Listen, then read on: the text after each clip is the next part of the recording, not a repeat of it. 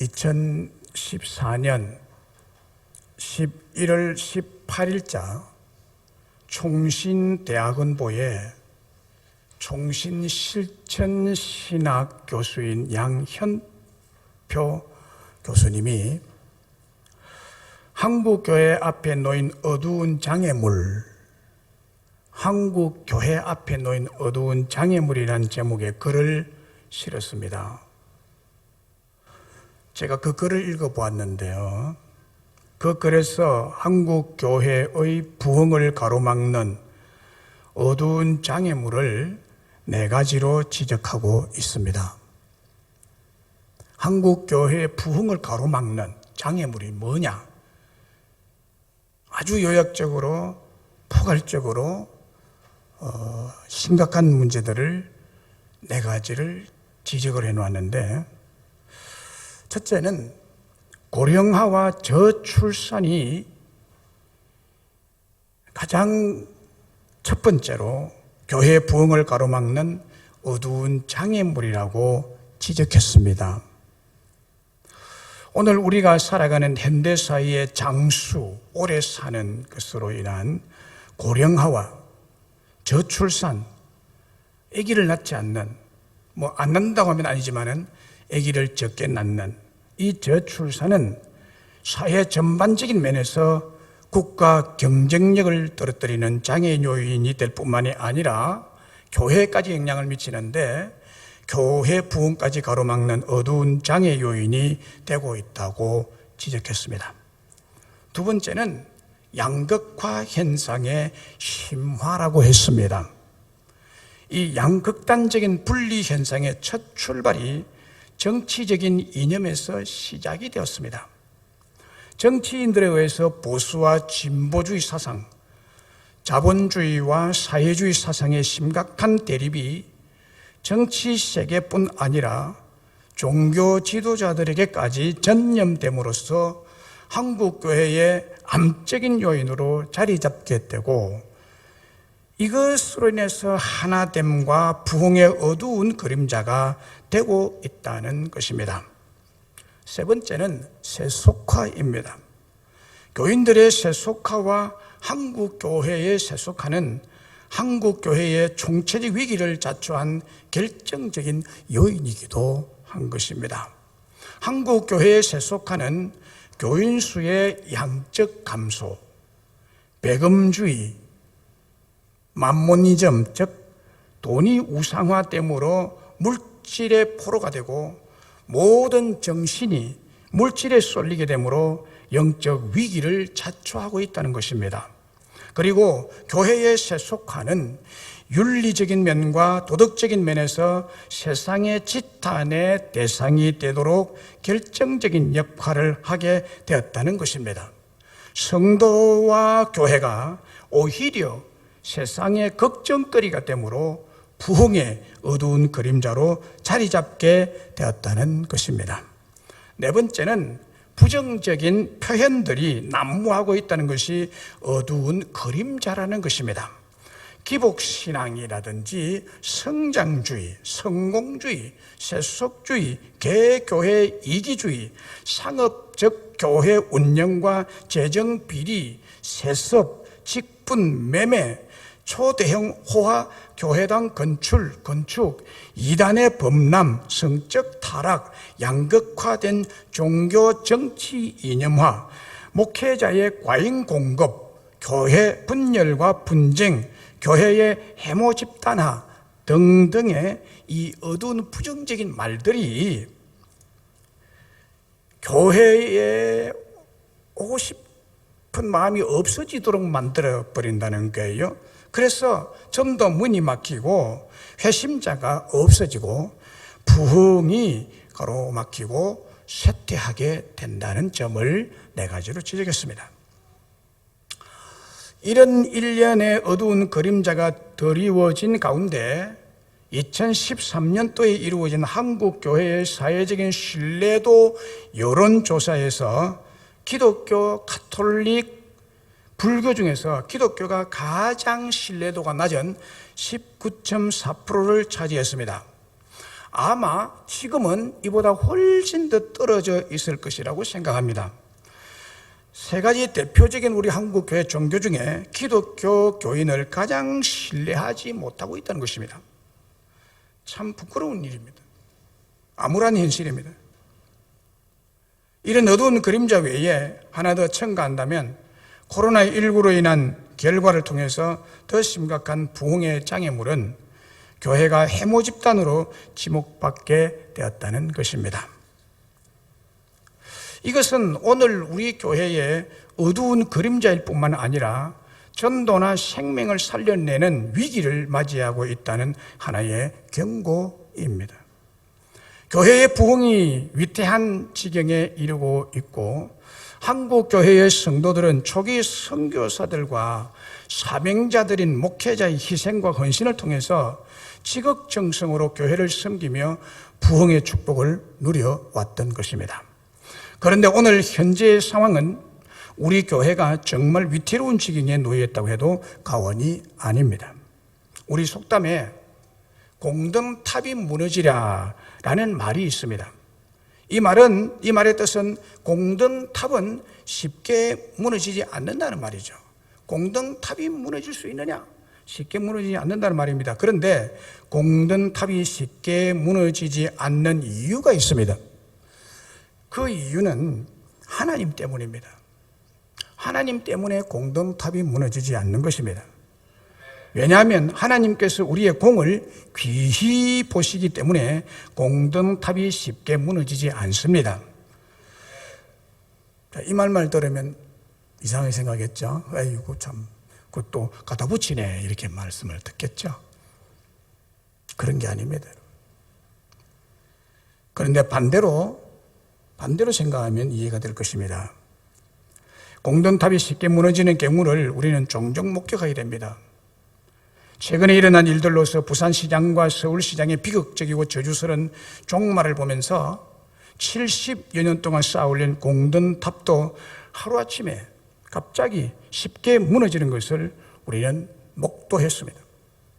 그런데 공든탑이 쉽게 무너지는 이유가 무엇일까요? 그 이유는 공든탑이 무너지지 않도록 보호하시고 지켜주시는 하나님을 불신하고 무시하고 멀리하고 떠났기 때문입니다.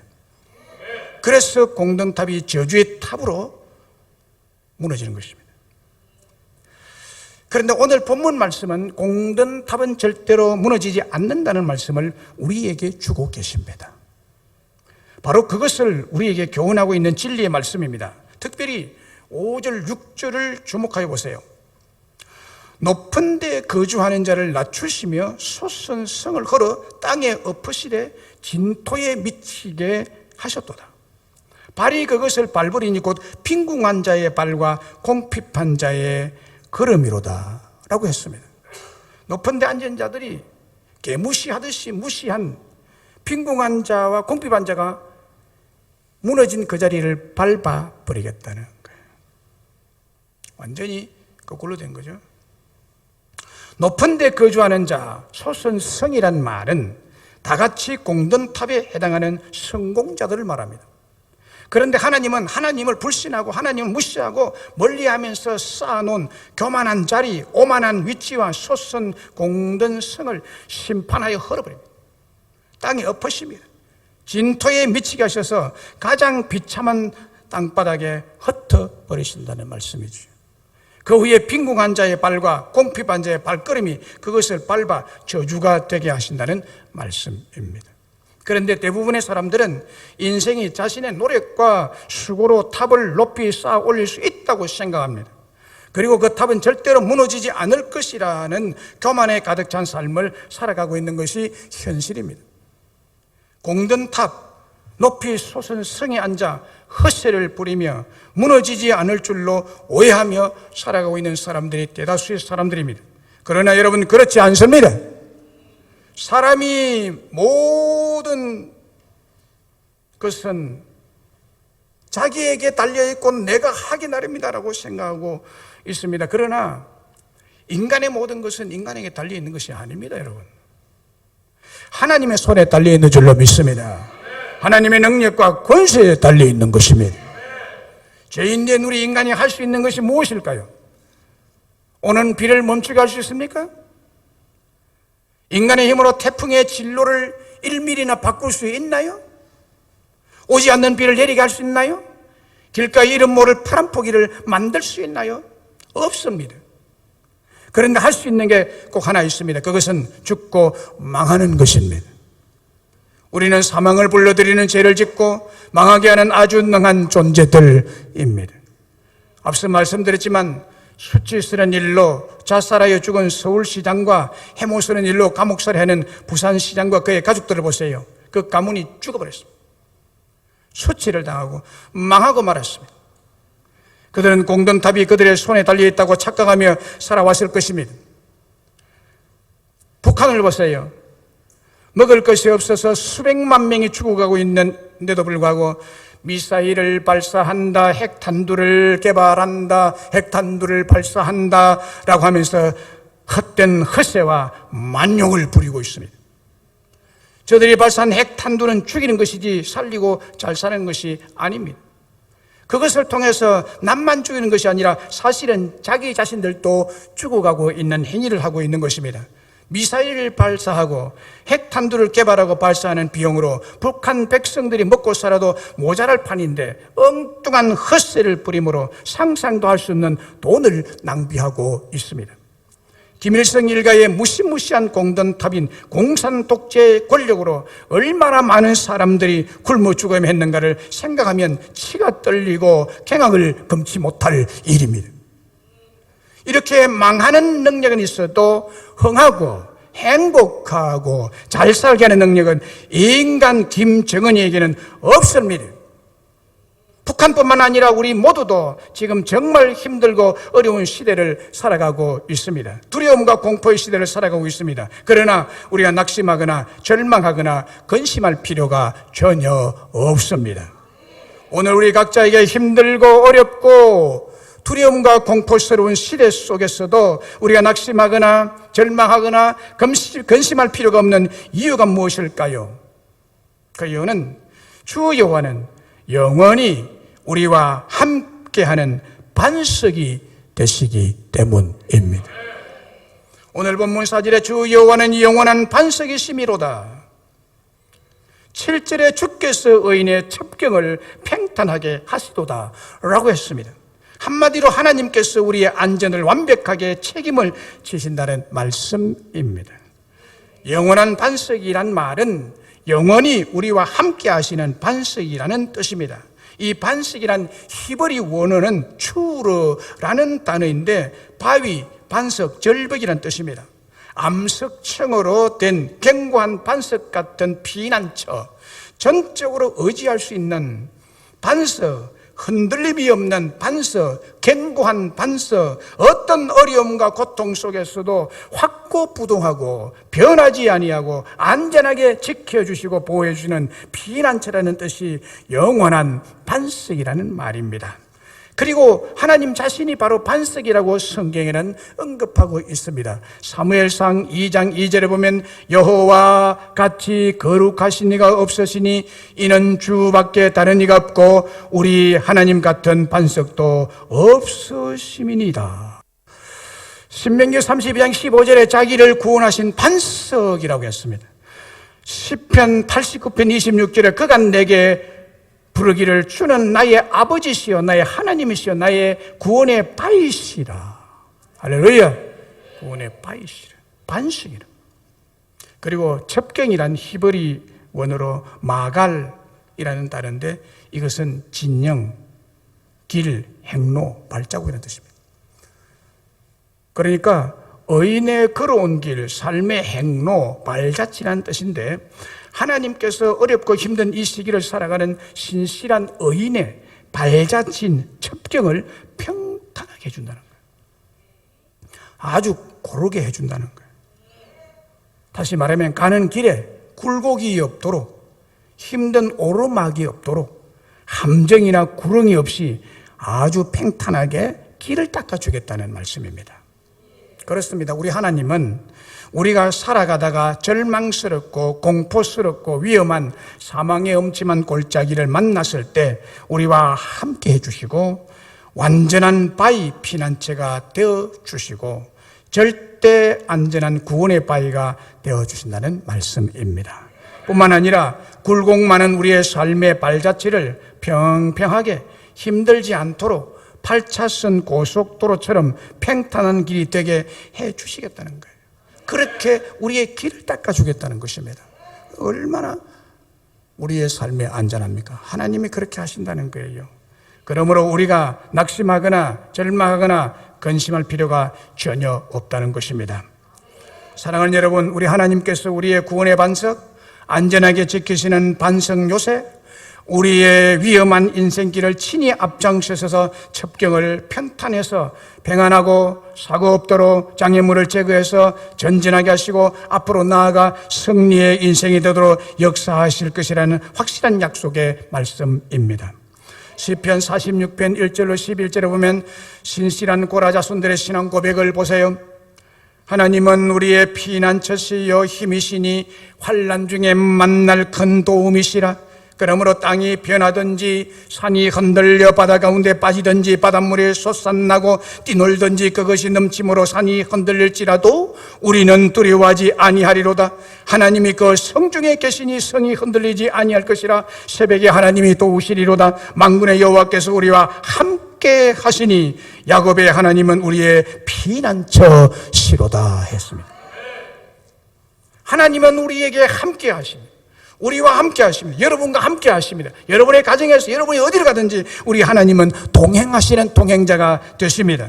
구원의 큰 바위가 되시고 그 어떤 어려움과 대적자들의 공격에도 함께 하셔서 안전하게 지켜주시는 피난처 바위가 되시고 첩경을 평탄케 하실 줄로 믿습니다. 시편 127편 1절에도 여호와께서 집을 세우지 아니하시면 세우는 자의 수가 헛되며 여호와께서 성을 지키지 아니하시면 파수꾼의 깨어있음이 헛사로다라고 했습니다. 우리의 가정의 안전과 행복, 이 나라의 평안과 부는 사람의 노력으로 되는 것이 아니라 함께 하시는 하나님께서 세워주시고 지켜주셔야만 평화롭고 행복할 수가 있다는 것입니다. 미국의 샌프란시스코 맹물인 검문교가 있습니다. 샌프란시스코 검문교. 이 검문교는 최초의 현수교입니다. 줄로 되어졌다는 거거든요. 그 아름다움과 웅장함은 함으로 유명한 다리입니다. 저도 얘기 가봤습니다만은 이 검문교는 지진이 빈번하고 약한 지반 위에 넓이 6차선, 편도 3차선, 왕복 6차선 도로입니다. 길이가 2,825m입니다. 약 3km쯤 됩니다. 지진 8.3 그리고 시속 160km의 강풍을 견뎌내도록 내진 설계가 된 다리입니다. 그 모든 무게를 두 개의 주탑에 걸친 케이블에 대롱대롱 매달아 놓은 것입니다. 1937년에 완공된 이후로 아무런 하자도 없이 어떤 강풍에도 이겨내고 너무나 안전한 다리로 유명합니다. 그런데 그 위험한 지진, 강풍, 무게를 이겨내는 힘이 수많은 철사들의 함께함에 있다는 것입니다. 수많은 철사들의 함께.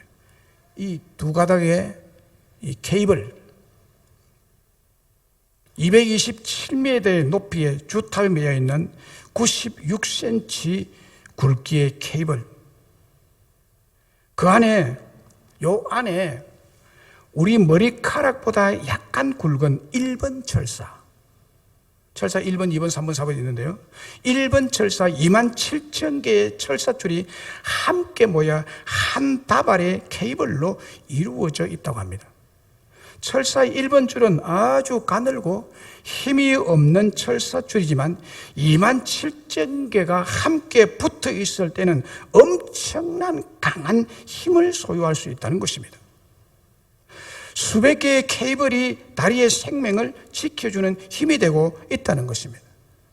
이 두 개의 주 케이블과 밑으로 내려놓은 이 케이블, 이게 전부 1번 철사줄에 다발이 있는 것입니다. 그렇습니다, 여러분. 우리는 1번 철사줄과 같은 존재들입니다. 그렇게 약한 존재지만 우리와 언제나 영원히 함께 하시는 하나님은, 하나님이 우리와 함께하면 어떤 강풍도, 어떤 강한 지진도, 어떤 어려운 힘겨운 핍박도 이겨낼 수가 있게 된다는 말씀입니다.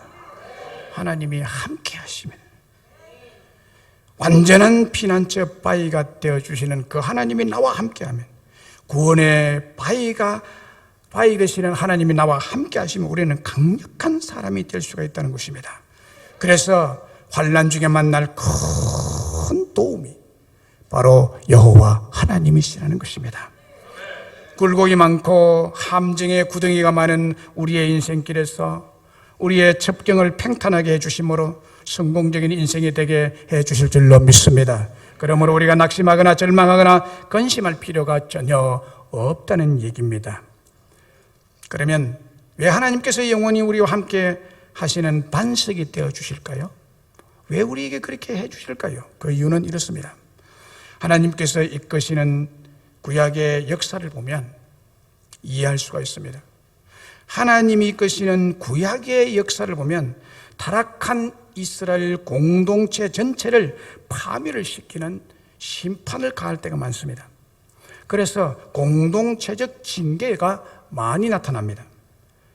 그런 공동체 전체를 파멸시키는 공동체적 징계 속에서 살아가면서 환난과 고통을 당하며 투쟁했던 의로운 믿음의 사람들, 신실한 믿음의 씨를 지키시고 보호하셔서 끝까지 남기시는 하나님을 이스라엘 역사에서 보여주고 있습니다. 이때 살아남은 신실한 믿음의 사람들을 가리켜 남은 자라고 합니다. 성경 전체는 어떤 의미에서는 모진 핍박과 환난 속에서도 끝까지 믿음으로 이긴 자, 끝까지 믿음을 지킨 남은 자의 구원을 말씀하고 있습니다. 하나님은 공동체적 고난의 시기를 간통할 때라도 남은 자인 믿음의 거룩한 씨가 넘어갈 수 없는 고난이나 환난이나 불시험을 겪지 않도록 보호하셔서 남기시는 것입니다.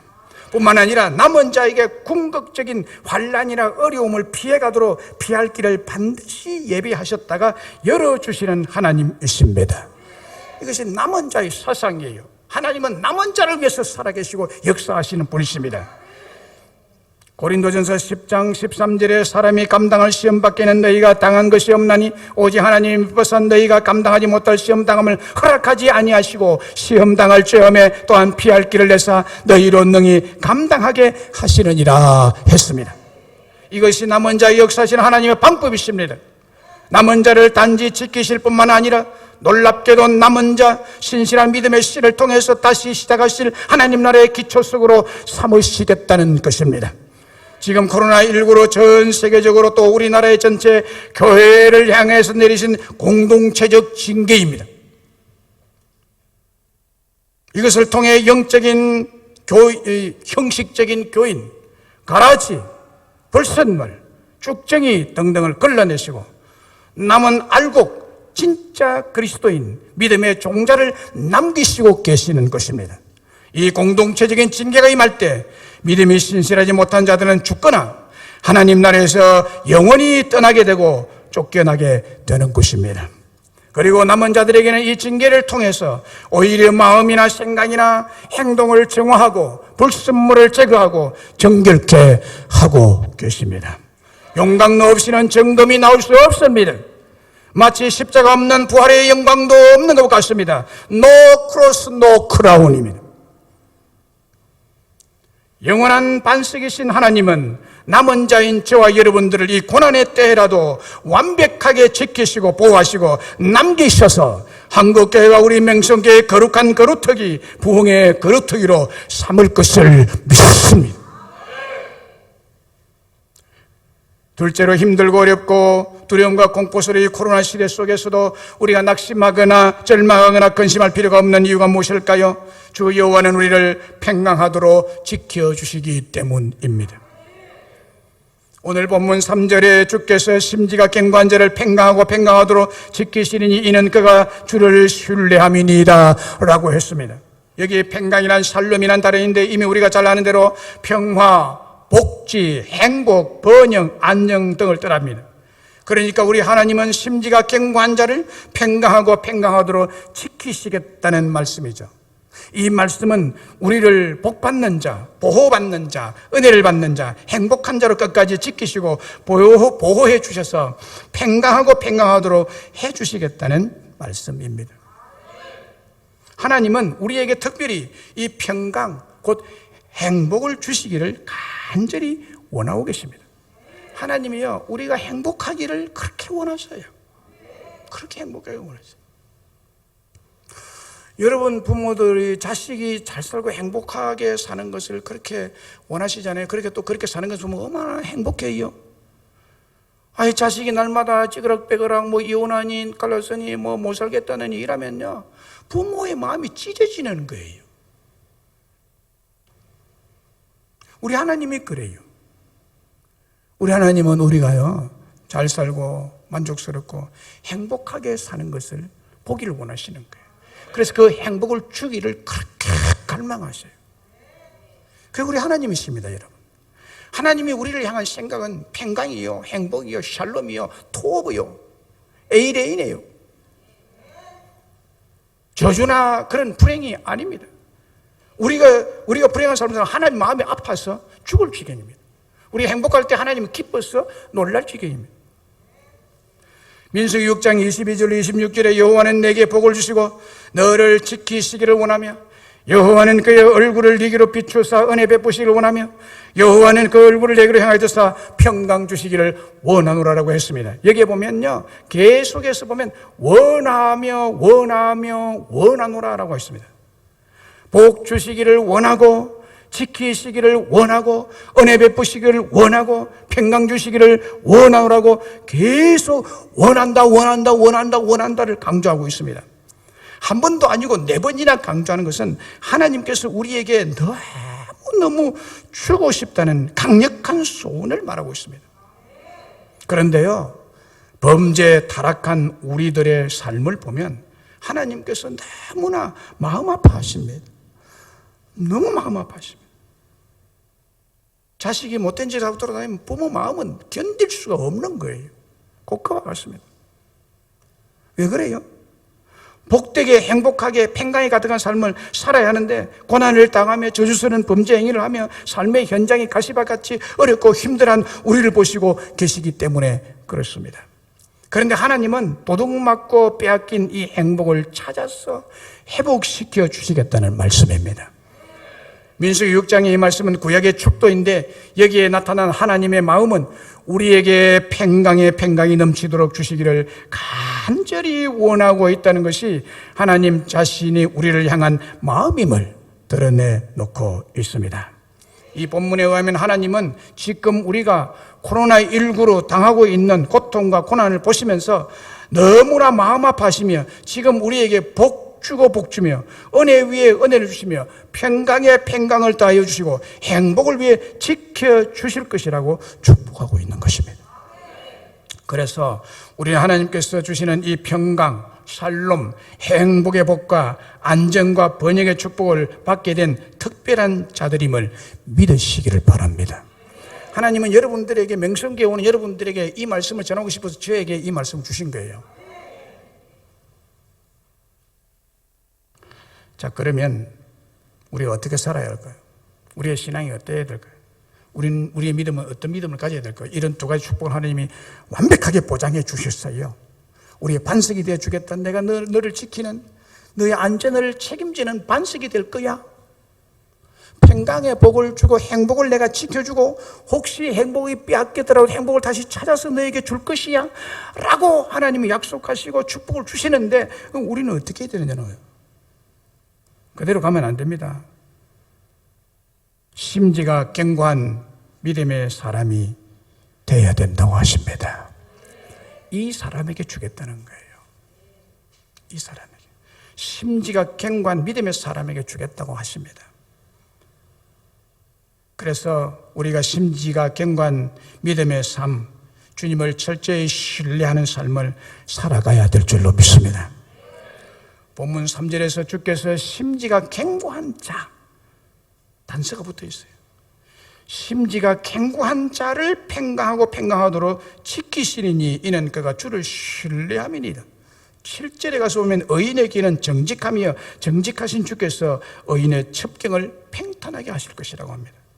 여기 심지라는 단어는 원어로 에체르인데 의도, 사람이 의도하는 의도, 목적, 결심이라는 뜻을 가진 단어입니다. 심지라는 것. 그리고 견고한이란 말은 사마크라는 단어인데 지지하다, 의지하다, 지탱하다는 뜻을 가지고 있습니다. 그러니까 심지가 견고한 자는 신앙과 믿음의 의도, 신앙생활은 목적, 그 결심이 끝까지 변하지 않고 처음 가졌던 신실한 믿음의 상태가 탄탄하게 주님께 붙들려 있는 사람이란 뜻입니다. 한자는 마음 심자, 뜻 지자입니다. 심지. 그러니까 마음의 뜻이 흔들리지 않고 변질되지 않고 시종여일하게 꼭 같이 간다는 거예요. 하나님을 신뢰하는 믿음에서 성숙하고 성장하고 커가면 같이 이것이 객길로 가지 않는다 이 말이에요. 그런 사람에게 하나님이 이 복을 주겠다고 약속하는 거예요.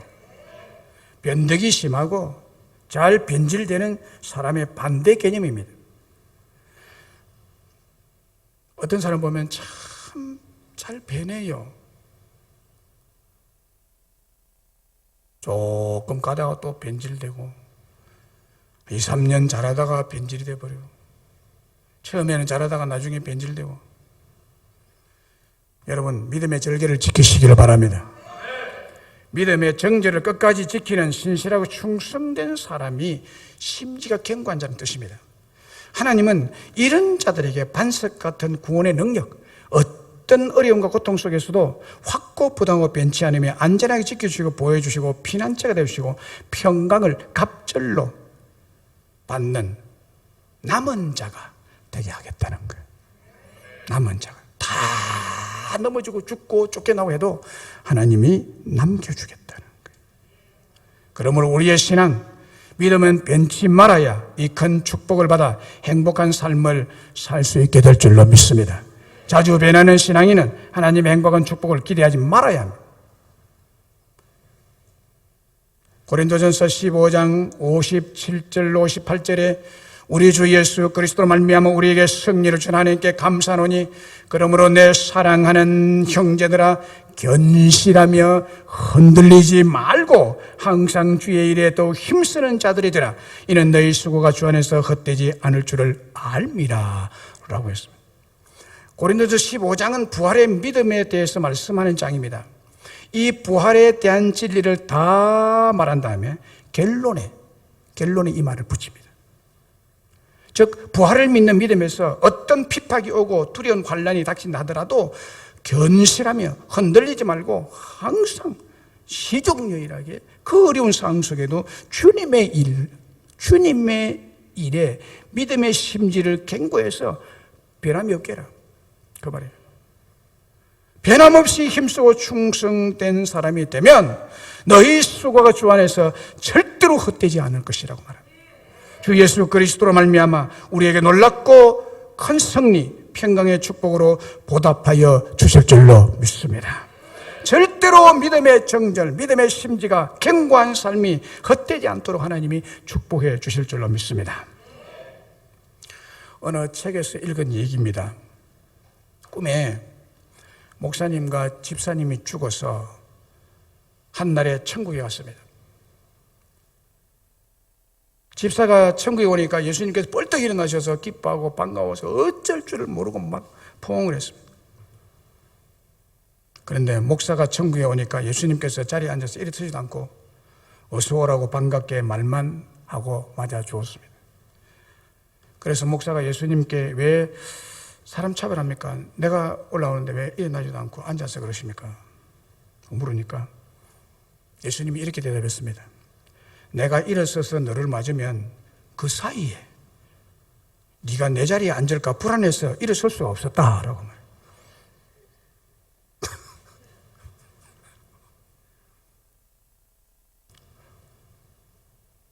한국의 목사들을 꼬집어서 한 얘기겠죠.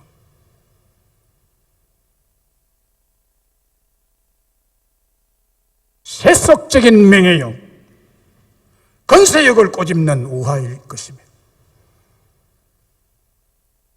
한국교회 목사들 온 데 쏘돌아다니면서 명예 얻으려고 그러고 뭔 장자리에 앉으려고 그러고 뭐 프로필 보면은 뭐 한 바닥 가지고 되지 않아요. A4 용지 두 바닥이나 돼야 돼. 나는 한 두 줄 쓰면 없어요. 저는 여러분들이 저에게 설교 듣는 여러분들이 참 고맙고 감사합니다. 나는 그런 경력이 없어서 부끄러운 사람입니다.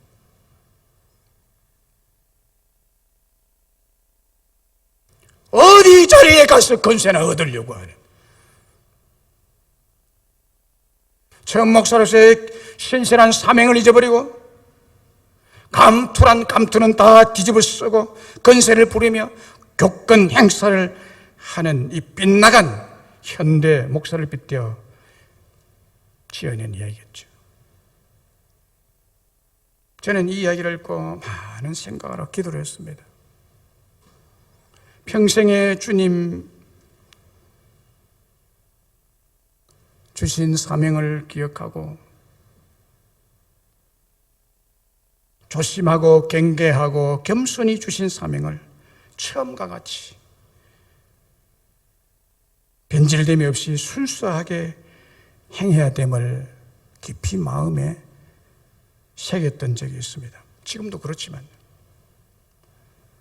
심지가 견고한 목사로서 하나님께서 인정하시고 기뻐하시는 목사가 되기를 저는 노력하고 있습니다. 말씀을 맺습니다. 사랑하는 여러분, 오늘 우리는 하나님께서 영원히 우리와 함께하는 반석이 되신다고 했습니다. 영원히 우리를 평강하도록 지켜주심으로 남은 자가 된 특별한 복을 받은 자라고 말씀드렸습니다. 그리고 이 축복을 받고 누리고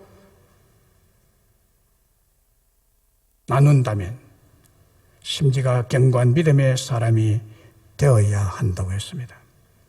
어떤 어려운 환난이 와도 어떤 참기 힘든 핍박이 온다 하더라도 신실하신 하나님의 말씀, 변치 않으시는 반석 같은 하나님의 약속을 믿고 끝까지 하나님은 멀리하지 않고 떠나지 않고 알곡신앙, 신실한 믿음을 가지면 이 모든 환난과 어려운 근심을 피해가도록 하나님이 지켜주겠다고, 하나님이 안전을 책임지시겠다고, 남은 자의 축복 남겨두겠다고, 남은 자의 거룩한 믿음의 씨로 세우셔서 다가올 새로운 하나님의 공동체를 세우는데 그루터기로 쓰여지는 그런 자가 되게 하겠다고. 사랑하는 여러분, 여러분들은 남은 자인 줄로 믿습니다. 이제 이 코로나가 지난 이후에 이 현 상태에서 하나님의 교회를 거룩한 씨로 온전한 믿음의 사람들로 세워가는 그런 축복이 여러분에게 있으시기를 축복합니다. 반드시 내가 너를 축복하리라.